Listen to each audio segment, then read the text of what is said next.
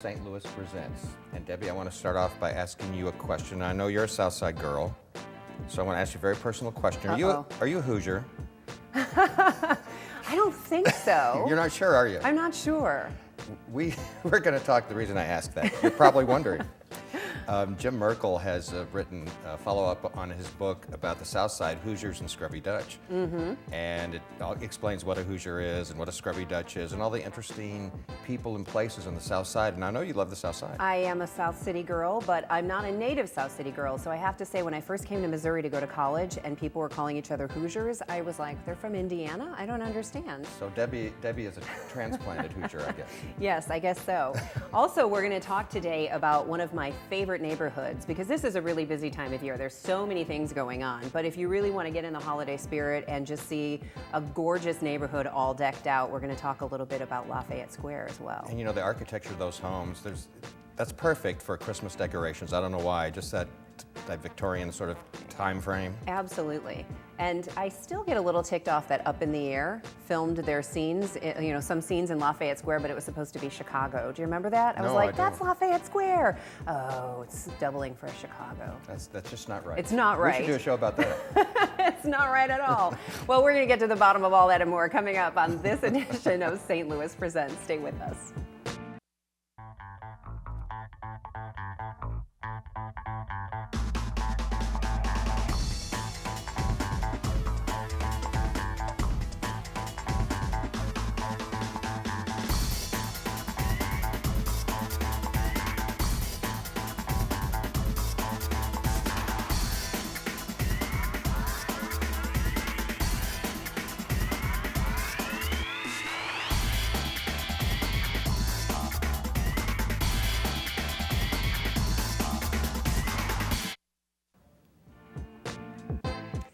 Well, Lafayette Square's annual Holiday Parlor Tour is coming up soon, and with one of the largest collections of Victorian homes in the nation, it's no wonder why this annual event has become a beloved St. Louis tradition.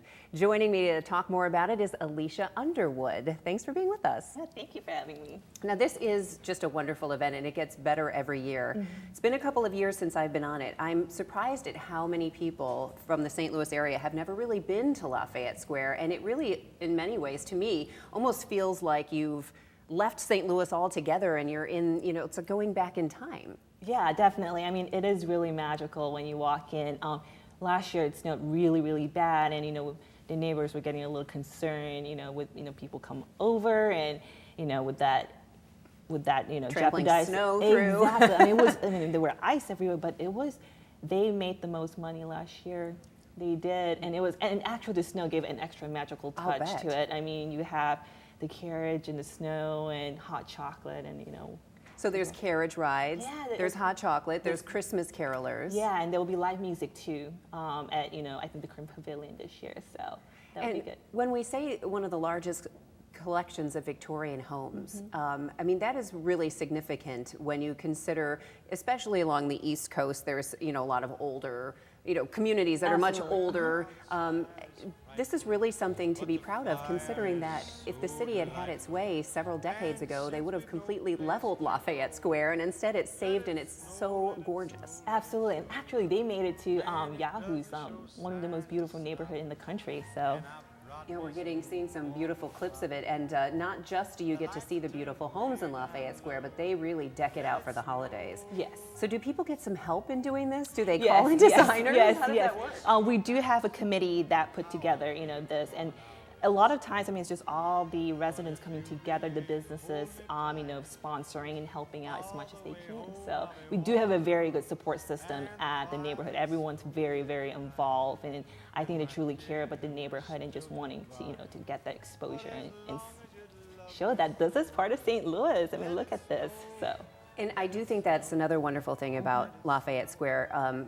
One reason that people love to live in the city is the neighborhoods are very united in so many ways. And I know that a lot of the changes over the last decade or two in Lafayette Square has been a result of really that strong neighborhood just really coming together and trying to make it as gorgeous as possible. Yeah, and that too, and they're very welcoming to new, residents. I mean, my husband and I just bought a house there, and, you know, we decided, you know, we need to get involved if we want to be part of a community, and they've been very inviting, and I think that's the backbone if you really want a community to thrive, and I think that's why Lafayette Square has been really successful. So when people come for the house tour, do they tend to stay in the neighborhood maybe and have dinner and do some shopping? Yeah, you know, we have, you know, Park Ave coffee from, you know, to Looking Glass, to the multiple restaurants there from 1111 to Square One. So it's an all-day affair, and it's a great, you know, holiday gift to take your mom or your grandma and just make it a family event. Make it a tradition. Yeah. All right, so when people want to get tickets, where do they get them? They can several stores in Lafayette Square are selling them, but they can get it at LafayetteSquare.org, and they can purchase it online.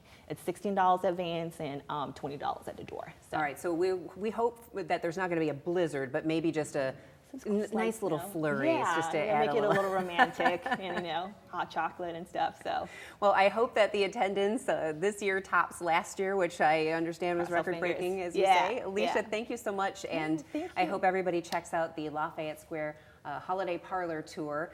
There are all kinds of things going on in neighborhoods all over St. Louis, and let's get a little more detail from Steve with news headlines. Thanks, Debbie, and thanks to a $2.5 million grant from the U.S. Department of Housing and Urban Development, the City of St. Louis will be able to provide lead remediation to an additional 180 city families. The city remediates more than 300 homes and provides more than 6,000 free lead inspections each year. Since its launch in 2003, Lead Safe St. Louis has seen tremendous success, but the ultimate goal is to have 0 children with any trace of lead in their blood. For more information or to request an inspection, call Lead Safe St. Louis or visit them online. Mayor Slay is once again calling on city children ages 12 and under to help make his holiday cards the most unique. The winner of the 2014 Mayor's Holiday Card Contest will have their entry used as the cover art of the Mayor's Holiday Cards. The top entries will be on display in City Hall, and the top 10 finalists, their families, and teachers will also be invited to attend a special ceremony in the Mayor's office. Original artwork must be received no later than Monday, December the 1st. We have all the details here on the screen for you, or you can visit the city's website at stlouis-mo.gov. And the St. Louis Cardinals are teaming up with Cardinals Care, the American Red Cross, and KMOV for the 3rd annual holiday gift drive from 6 a.m. until 1 p.m. on Wednesday, December the 3rd at the Ballpark Village entrance on Clark Street. Fred Bird and volunteers will collect new unwrapped toys and gift cards to be given to area children in need, including military families at Scott Air Force Base. All fans who donate items will receive a Cardinals stocking and stocking stuffer and a coupon for a free Papa John's pizza and complimentary hot chocolate from Delaware North Sports Service while supplies last. And again, Debbie, it's the St. Louis Cardinals' 3rd annual holiday gift drive, Wednesday, December 3rd, 6 a.m. until 1 at Ballpark Village. And for more information, go to cardinals.com/community. And you know, if you're talking free pizza and free hot chocolate, well, count me in. I know, you're always up for free food. I'm going to be there. Thanks for noticing that, by the way. Well, as we've already established, I'm a Southside girl, and our next guest can tell you and me lots of great stories about South St. Louis. Yeah, stories about a really interesting guy that collected vacuum sweepers to women in South St. Louis that would scrub their steps every Saturday. Jim Merkel is here. It's the 2nd edition of his book, Hoosiers and Scrubby Dutch, St. Louis South Side. Glad to be here. Now, first of all, you have to tell me, am I a Hoosier? What is the definition of Hoosier? Will I learn that if I... Because for some people, Jim, those are fighting words. It is. And I found some people, one guy, when I was going around on one day, one Saturday afternoon, I just went up cold to about a couple dozen people, and I said, what's a Hoosier? What's a Hoosier? And one guy said, you calling me up, and here you see the blink, and a Hoosier. So those are fighting words. I remember my dad telling me to stay away from those Hoosiers over there who live next door. And so it's not like the Indiana Hoosier. Yeah, but these are Hoosiers that you love. Yes. And you're a South Side guy originally, and that's why you wrote this book, because it's all the interesting people and places and little quirks that make South St. Louis an interesting place. Yeah, like sure. For example, we were talking with our last guest about Lafayette Square and how, it might have been bulldozed. Right. It has a fantastic history. Oh, it was a beautiful area, very early park, and in May 27th, 1896, it was very bad tornado came through. It killed 255 people for its whole stretch, and basically they rebuilt it, but it never was the same, and it went down.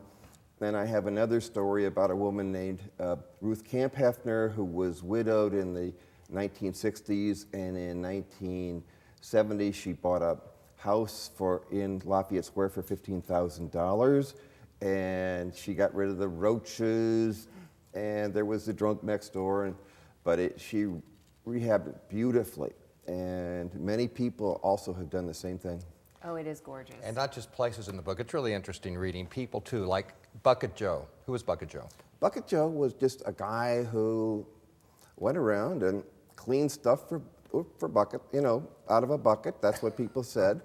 And he was at the same spot. People all over South St. Louis have similar stories. And thankfully, a guy who knew him got him off the street, and there the story ends. I lost contact with him from my first book to the second, but it was a matter of everybody knew him, and they had a name for him, and one guy had a real name for him, and he brought him off the street. When you talk about cleaning, can I jump in more time real quick? You talk about cleaning, that's part of the book, Scrubby Dutch. Right, Debbie and I that's were why talking we about have- this before the show started. And that was like my great-grandmother, right? The little German lady in South St. Louis that would go out and scrub her And thank you for her saying street. German, because that's another thing that we Right. should point out. This is my educational campaign, that Dutch people are not German. Dutch people are from the Netherlands. You get worked Well, up 'cause- about that, don't you? Well, I'm Dutch, Okay. not And there's- German. There's Dutch Town, and of course that's German town. People would say, but everybody my age has a story, who lives in South St. Louis, has a story about the lady who grew up. One woman that I wrote about for the new edition, Mary Tomasi, she was 101 years old when I interviewed him. Her very energetic woman. She came to my release party at the Royale in October, and sadly she passed away on November 13th. She was very energetic toward the end. She had stories about... There she is on the Right. shop right there. She had stories about how she used to go down and scrub down her sidewalks. See, so Debbie, German people's sidewalks are cleaner than Dutch people's. Oh, I I just would wanted to let you disagree know with that.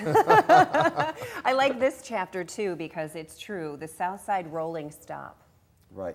Yeah, there's a lot Are of you stop. guilty of that? I am, because there's so many stop signs. Well, I forget the actual number. I stood with my wife at one street corner and counting for a half hour how many people stopped and how many didn't, and we counted 50 people, and something like 43 went through the stop sign. They put a little tap, and so it just shows they didn't pay any attention. I don't blow through them, Steve. Okay, I mean, I if there's, other traffic, clearly I I'm stop. going to follow you on the way home and check Right. this out.